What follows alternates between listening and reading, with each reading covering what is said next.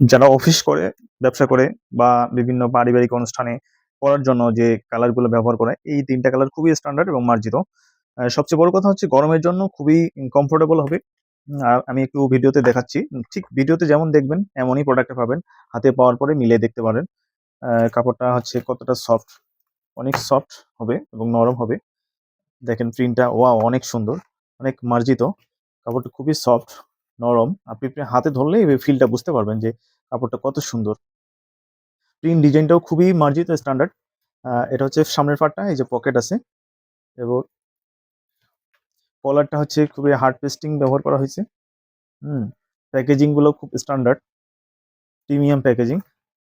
হচ্ছে ব্যাক পার্টটা, এটা হচ্ছে চাইনিজ শেপের মধ্যে থাকবে। এই যে চাইনিজ শেফ।